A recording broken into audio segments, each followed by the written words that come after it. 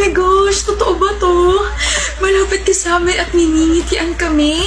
Hala, ang ganda ng ngiti. Thank you for attending and supporting this event.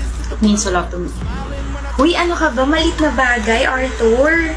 Bagong mga fans lang kami, pero kami yung mga fans na willing makipag-away sa lahat, maprotektahan ka lang. Ladies, please, as much as possible, do not engage into any fights, okay? Excuse me, puntahan ko lang yung kaibigan ko. Ang pogi-pogi niya, tsaka ang bango-bango niya. Sasakmalin ko talaga kapag may nang away sa kanya.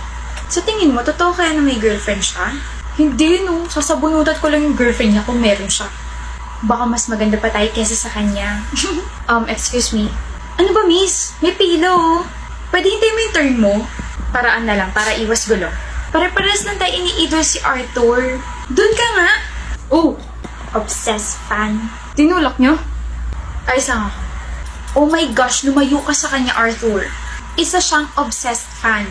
Deserve niyang matulak, desperada. Paalisin mo nga, Arthur. Answer my question. Tinulak niyo, ladies? Dapat lang. Sumisingit siya sa pili. Arthur, it's okay. Lo, sino ka ba? Security. Yes, ma'am. Escort these ladies outside.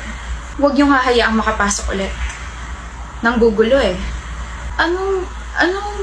To answer your question, I am Valentina, Arthur's girlfriend. And his manager. Kaya naman I have the rights na paalisin kayo rito sa event dahil nag-i-eskandalo kayo, di ba? Let's go.